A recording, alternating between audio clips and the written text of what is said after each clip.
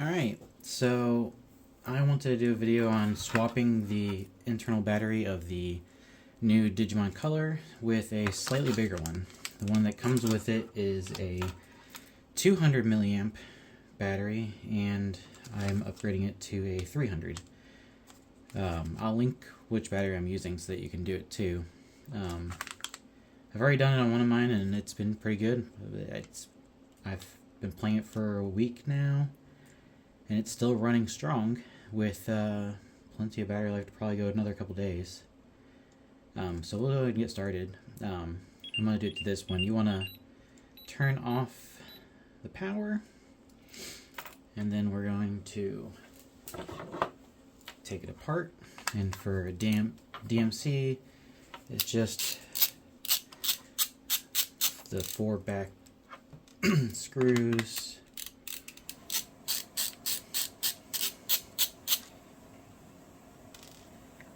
And then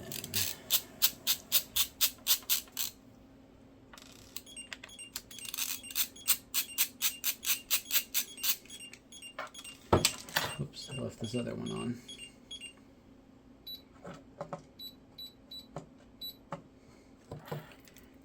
Then we'll take it off. Try not to pull too hard, but so far this speaker hasn't really fallen out at all. So it's pretty strong in there. So you can see the battery that's in there right now.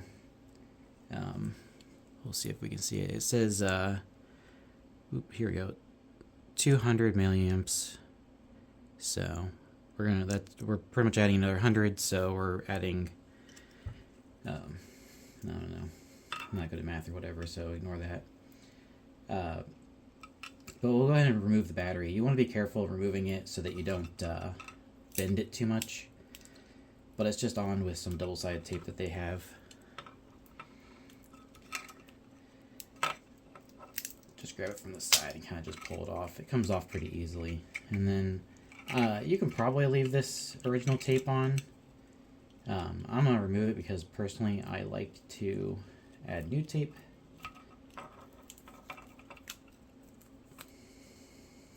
That's thinner.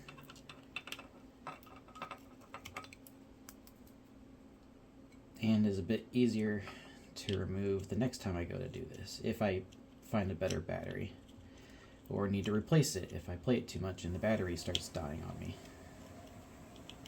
I don't have to get it all off, just enough to kind of help, or make some room for the new tape.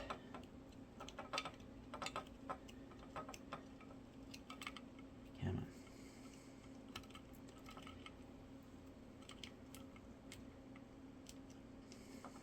Alright, that's off. I'll add the new tape in a bit, but the first thing is that on these, there is actually like glue or something covering these pads.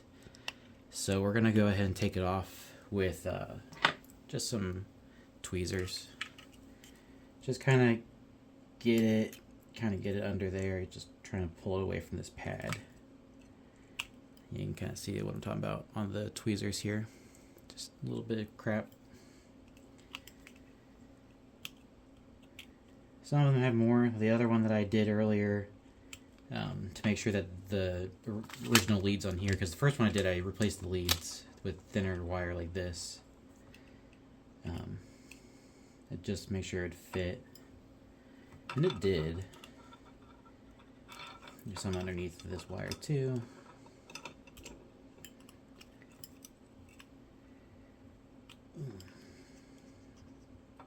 Come on.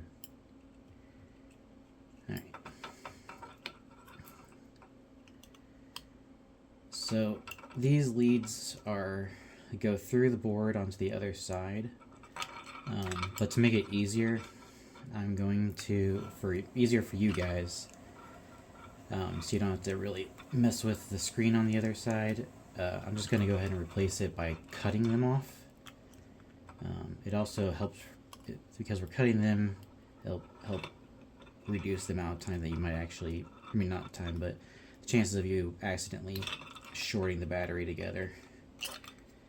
Which, for the most part, as long as it's not real bad, it isn't that big of a deal, but can maybe break the device, which obviously we don't want. Battery is being replaced, so battery itself doesn't really matter. Alright, I got enough of it off, so we're gonna go ahead and just, I use these flush cutters here, just going underneath of it and getting as close to the PCB as possible. And I'm gonna clip the end of it because there's a bit of stuff on it, so I don't want them to touch whenever I cut the other one. And we're gonna do that. Now the battery's off, we'll trim this one down too, just so it's good. Now we're done with the battery, so I'm gonna set it off to the side. We want to now tin up the pads on here. Nope, I broke off.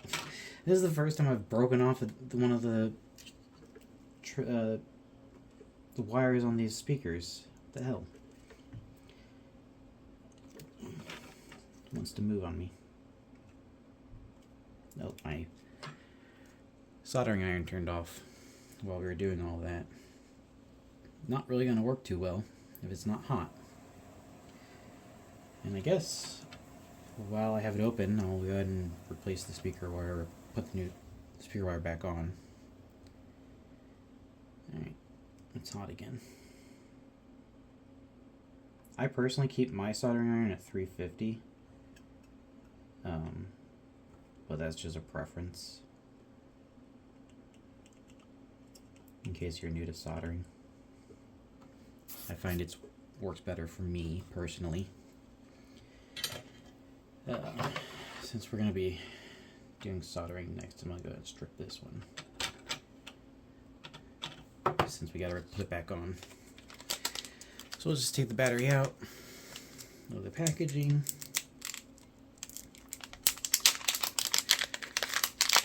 And it originally comes with this really thick wire, more like the silicon is thick around it, not really pliable. But to make it easy for you guys, I'll go ahead and do it with it.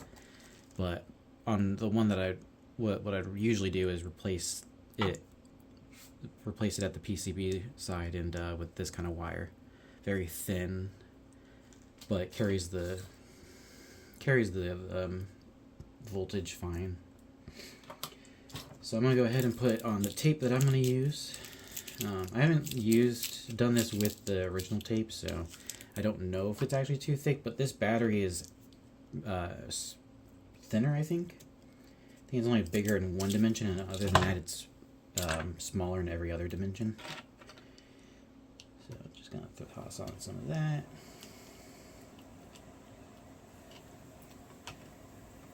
And then the board itself has lines kind of indicating where the battery can go, and this is supposed to be the front to signify like where this PCB sits. The original one showed the milliamps here, but because this wire is so thick, it's easier just to put it on backwards, which doesn't really matter. And then nice and good. And then we're going to go ahead and figure out how long we want to cut these wires to. So personally, I'm going to cut the red one right to the pad. So I'm just going to line it up and then cut just further than it so that I can strip the wire.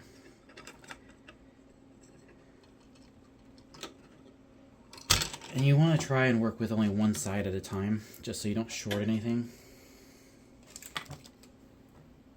So go ahead and tin up that wire. We'll tin this one too. That's all I have to do. Don't have to forget about it. And then you just take some tweezers. Make sure to bend it to where it'll be easier to put down. Then you just solder it right on.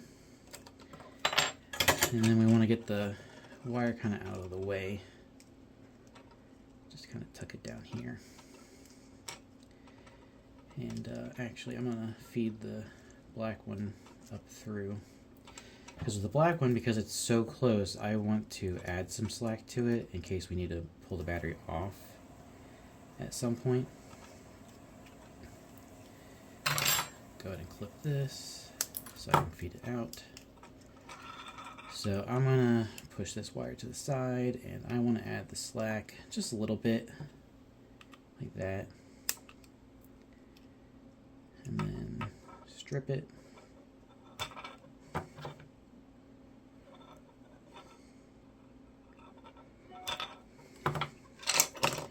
And then we'll tin the wire. When doing this, you normally want to twist the wires, but it's so small that twisting is not really going to do a ton. So my personal opinion is not to do it in this case. But if it's like a bigger wire, you have a lot more showing, or the wire is easier to work with when twisting it, then I'd recommend it because it makes a better bond usually. So go ahead and do this one, and like I said, we're going to go that way with the lead because we're going to fold it a little bit.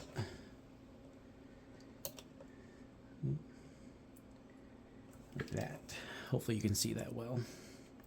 I'll give a close-up after I have it on. Ugh. See, that's why you want to twist it sometimes. I had it come apart on me. There we go. I kind of held it for too long so the side started to melt anyway. There we go. So, as you can see, I have it twisted up and also out of the way. So it's all good now. I'm going to go ahead and solder the speaker wire back on. In case this happens to you, I guess it works out pretty well. The polarity really doesn't matter, but you want to keep it to original if you want. Because it's just a piezo speaker or whatever it is, piezo.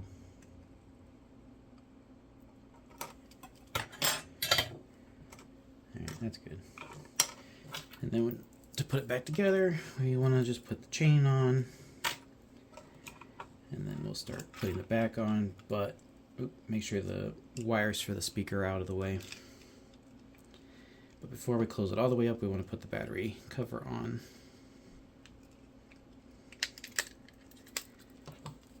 And then we'll go ahead and close her back up, making sure to twist counterclockwise so you feel a click, and then go clockwise to screw it in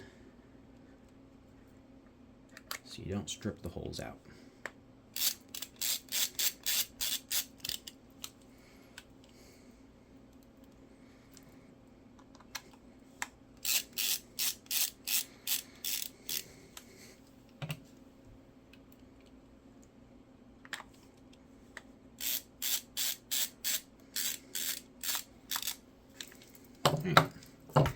It's back together. Looks nice. I'll go ahead and turn it on.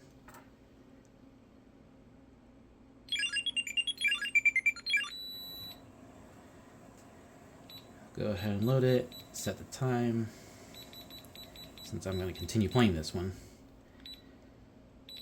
It is 2:49. So I'm going to set it to 2:50 because I always go 1 minute more.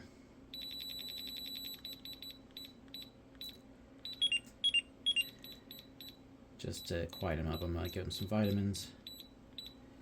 And it's together. And then you can see that the battery's in its storage voltage, so it's not fully charged. But we can go ahead and try out the charging. Verify that's still good, which obviously if it's turned on, it should be fine. And you don't have to change how you charge it at all. It's just going to maybe charge slower to get the full amount because the battery is now a little bit bigger, so obviously it takes a little bit longer, but it's only 100 milliamps more, and it was already only 200 before, so really it won't take forever. But there you go. You can see that that's now charging. Gonna go ahead and turn that off because I'll charge it somewhere else easier. If you got any questions, feel free to ask.